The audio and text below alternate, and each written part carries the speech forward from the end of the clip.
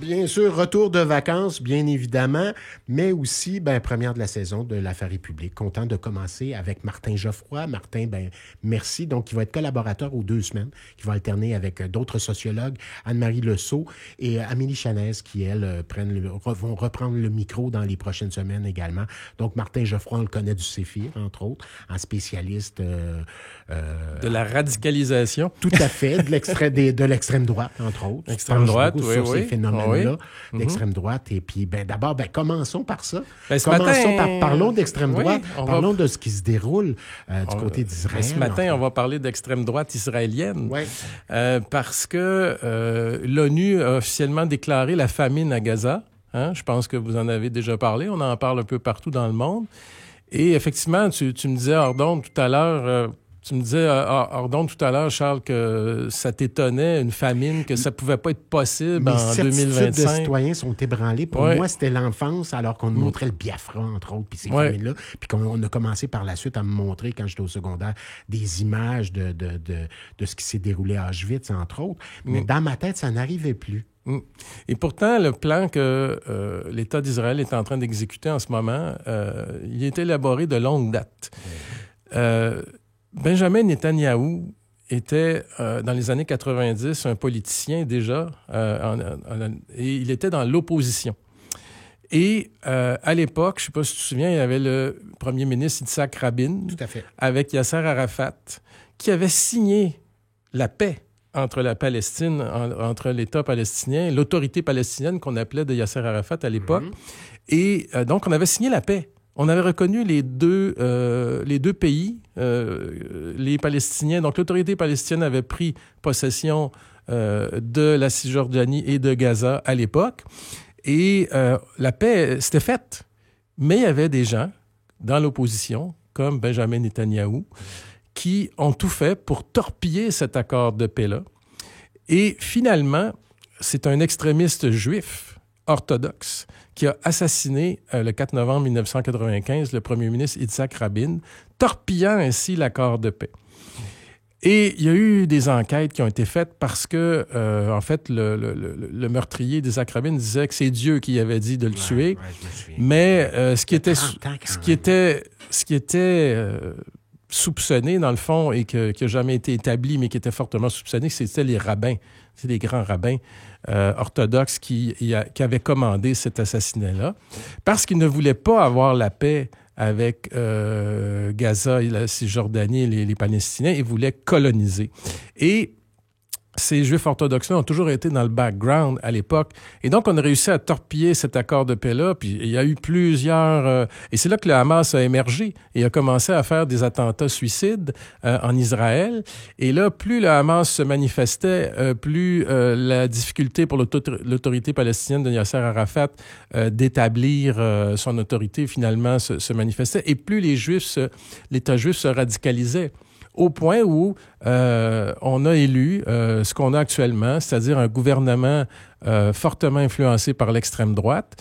Vous savez que dans le gouvernement Netanyahou actuellement, son parti, le Likoud, en fait, est minoritaire. Il fait une coalition avec 2 partis d'extrême droite orthodoxes juifs.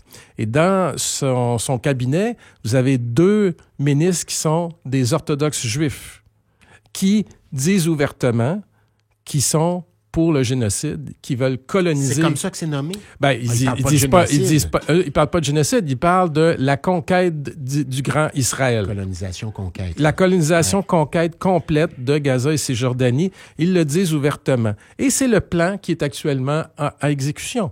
OK? Soutenu par les Américains. Soutenu par les Américains. Mais je veux dire, donc soit...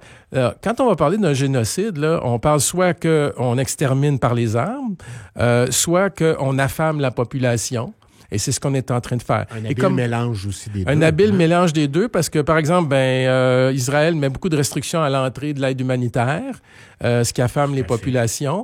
Aussi, parfois... Les certitudes de citoyens sont ébranlées par ça, notamment. Et on aussi, peut pas les aider. Et parfois, les Palestiniens vont pour chercher de l'aide humanitaire, de la bouffe, puis ils se font tirer dessus par les soldats israéliens. Ça aussi, c'est arrivé.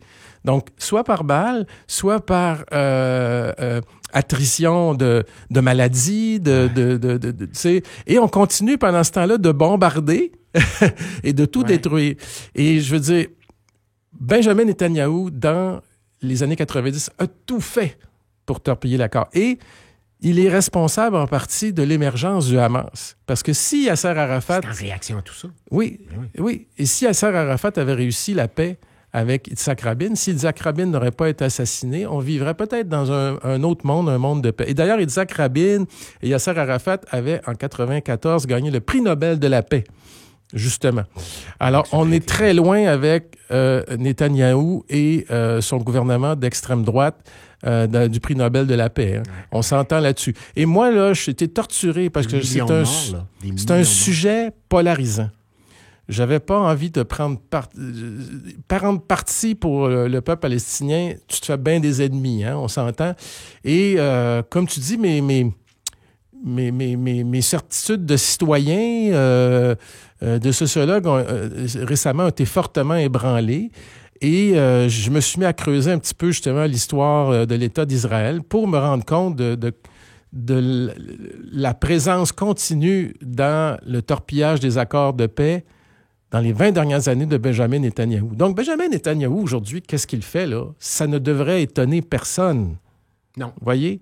Et non, le fait que son parti aussi, et ça, son parti, en fait, la balance du pouvoir dans son parti est détenue par des partis d'extrême droite, orthodoxes juifs.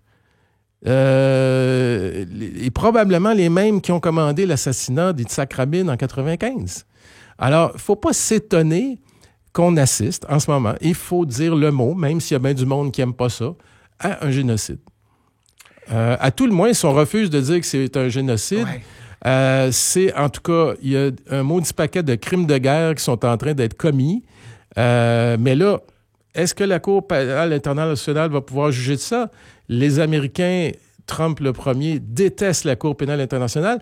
Trump vient il y a un article là-dessus en fin de semaine, d'ailleurs, que j'ai lu sur Trump vient de poursuivre une juge canadienne qui a juste fait sa job. Qui avait fait sa job sur le tribunal pénal international. Ouais. Donc, on est rendu avec Trump que non seulement il se débarrasse de ce qu'il appelle l'État profond aux États-Unis, mais il se débarrasse aussi de l'État profond dans les instances internationales.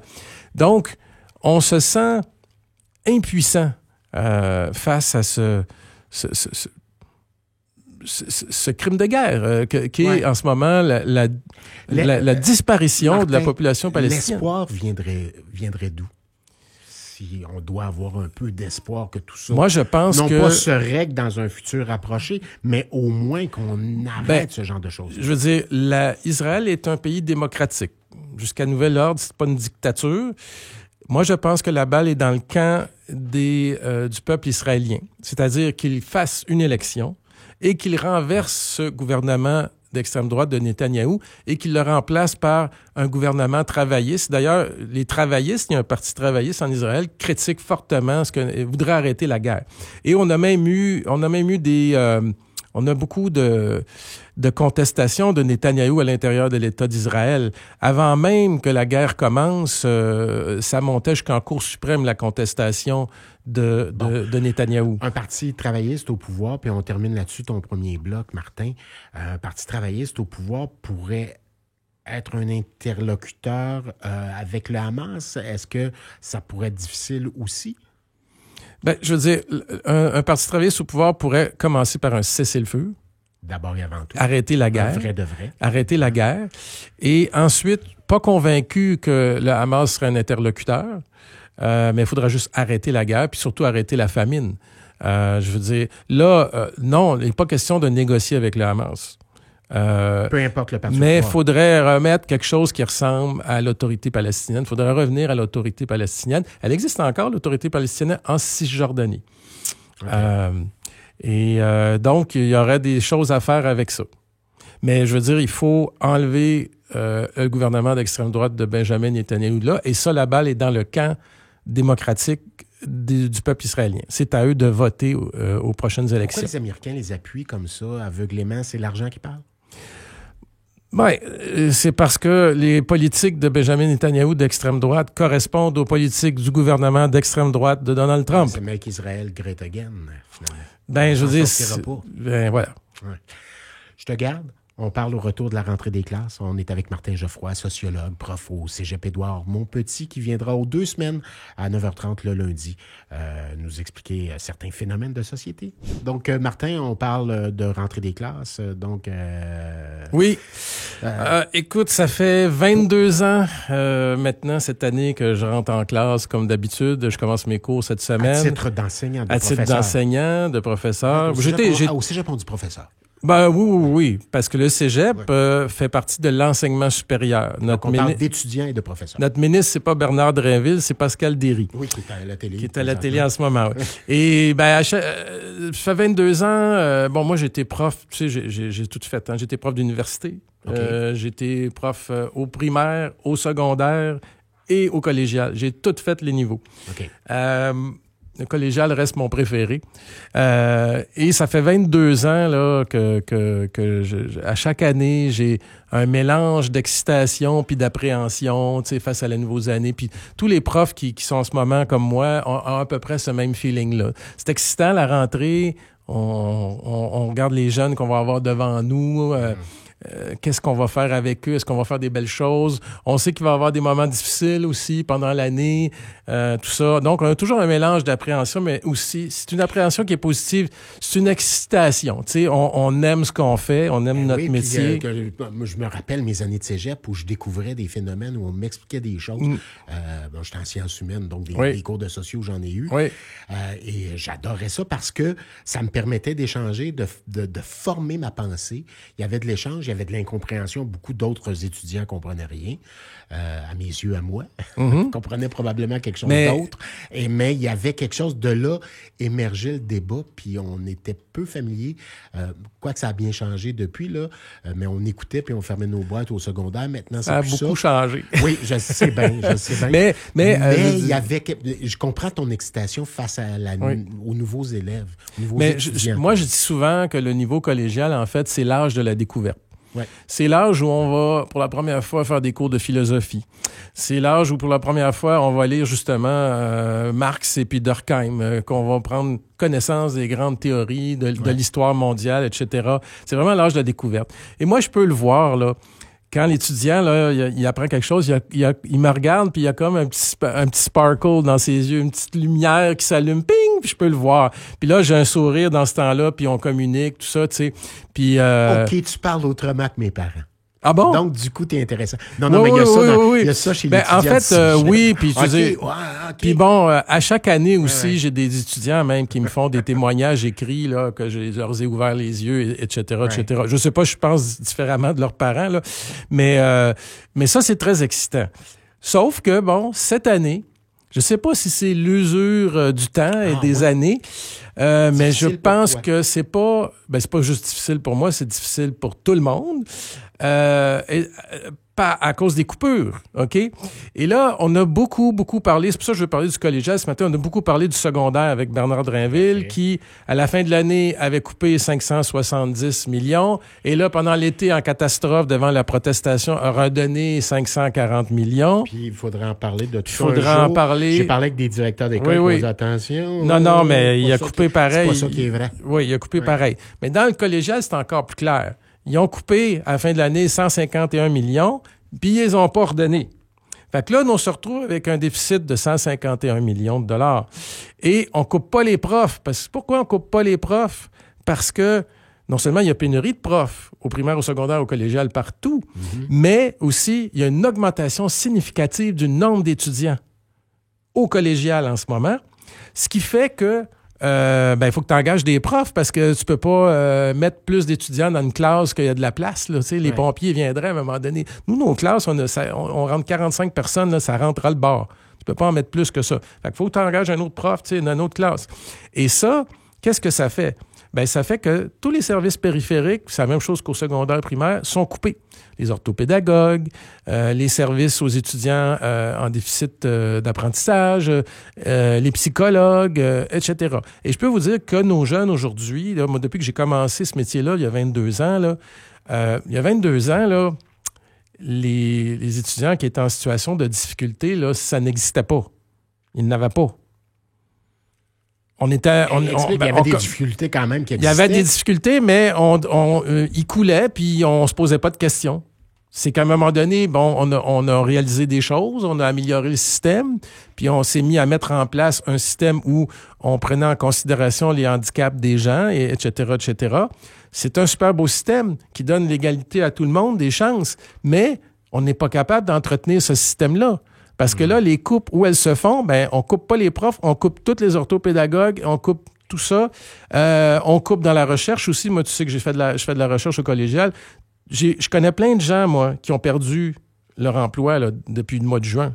Du monde qui travaillait là, qui était très bon depuis très longtemps.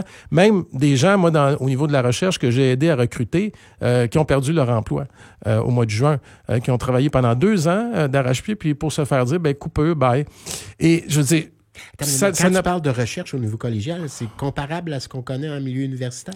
Bien, la recherche au niveau collégial s'est fortement développée dans les 15 dernières années. Donc, il y a des gens qui, au collégial, font de la recherche sans enseigner. Bien, oui, parce que tout le réseau... Moi, je tombe des nues, mais... Non, mais il y a tout le réseau, on appelle ça le réseau des CCTT, c'est les centres de technologie collégiale. Okay. On a un CCTT ici en avionique au collège. Donc, on a un grand centre de recherche en avionique. Bien, ça, c'est des gens qui font de la recherche sans nécessairement enseigner. Il y a des gens qui ont perdu leur job là-dedans?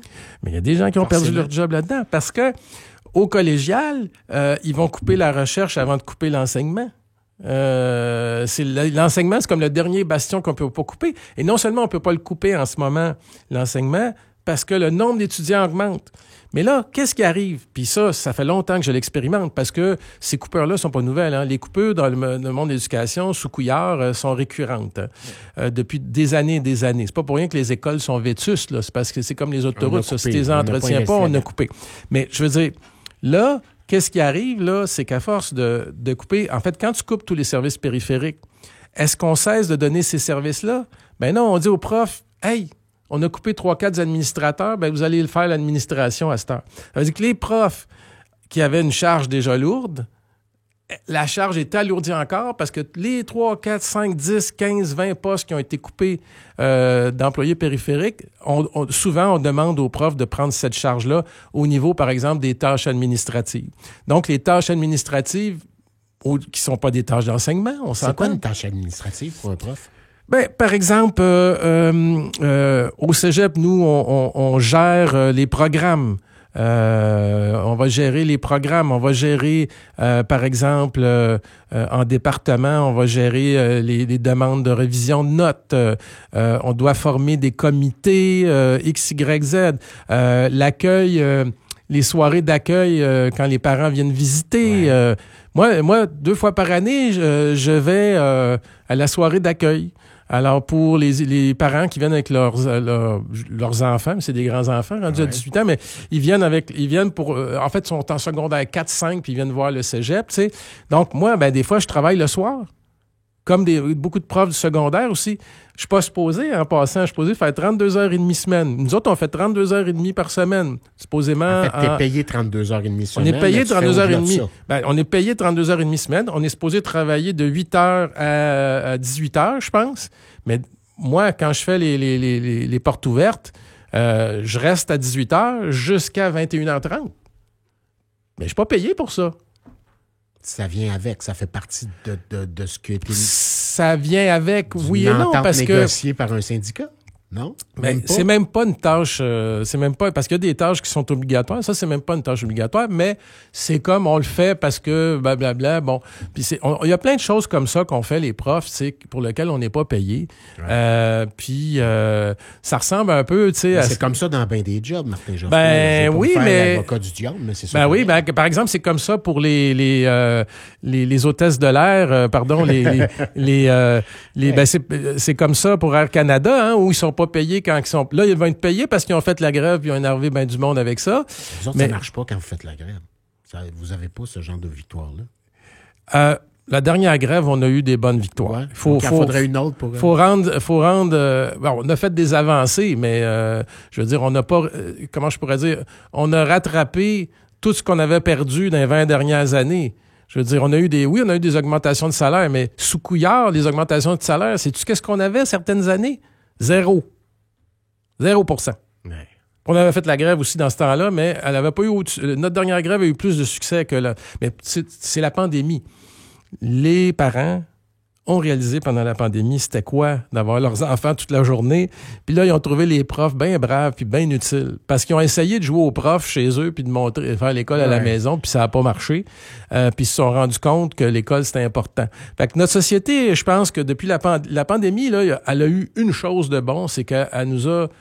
il y a une prise de conscience. Elle nous a eu une prise de conscience sur la valorisation de l'éducation qu'on n'avait pas auparavant. Mais c'est encore très difficile de faire comprendre à des gouvernements comme ce gouvernement-là, comme cette ministre-là, qui est probablement la pire ministre qu'on a jamais eue en enseignement supérieur, oui, Pascal Derry. Moi, j'ai signé une pétition il y a quelques mois avec plusieurs centaines de collègues, a été publiée dans Le Devoir là, pour demander sa démission. Parce que Pascal Derry, en plus, non seulement elle coupe dans l'éducation, puis elle comprend pas le système, puis elle gère ça comme une entreprise privée, mais en plus, elle s'ingère dans les contenus de cours.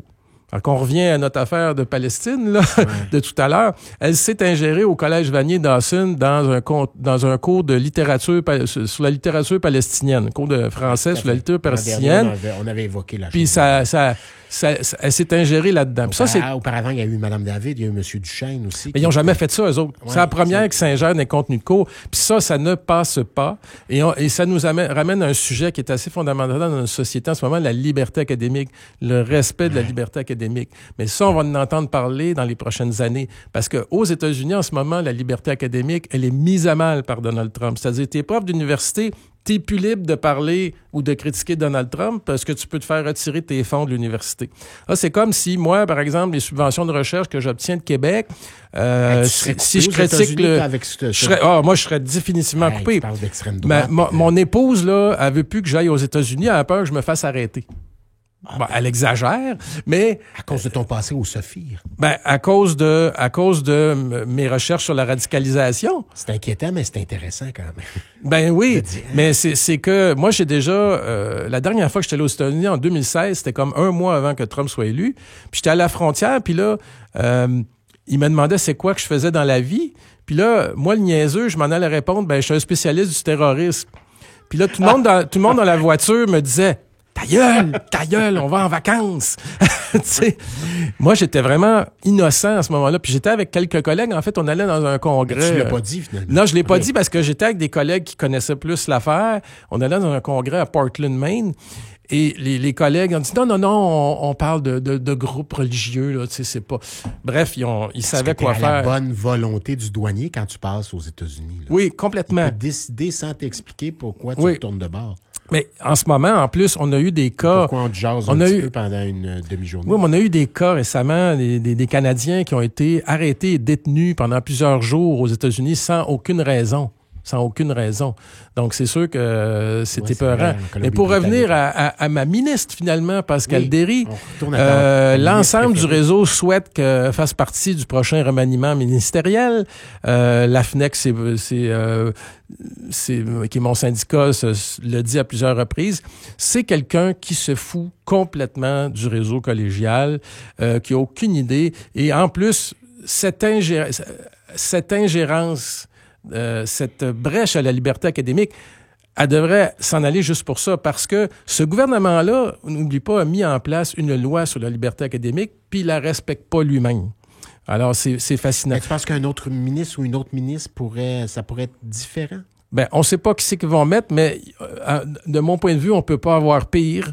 Et du point de vue de beaucoup de mes collègues, on peut pas avoir pire. Elle n'a pas déjà été candidate conservatrice au fédéral? Parce elle a été, très active. Candidate conservatrice, mais surtout, elle a travaillé pour des lobbies juifs. Et lorsqu'elle est intervenue, c'était suite aux plaintes d'un lobby juif. Donc ça, franchement, c'est... Mais c'est parce que on va en reparler dans les prochaines semaines. Quand tu fais ça. Mais on va en reparler dans les prochaines semaines. La liberté académique, c'est important. C'est quelque chose d'important. Et beaucoup plus qu'on pense. Beaucoup plus qu'on pense. Ouais, c'est pas de la fantaisie, c'est pas un caprice. On l'a pris pour acquis, notamment aux États-Unis, puis on est en train de la perdre. Puis là, ici, elle est attaquée notamment par Mme Derry, notre liberté académique. Donc ça, c'est quelque chose qu'on va défendre bec et ongle.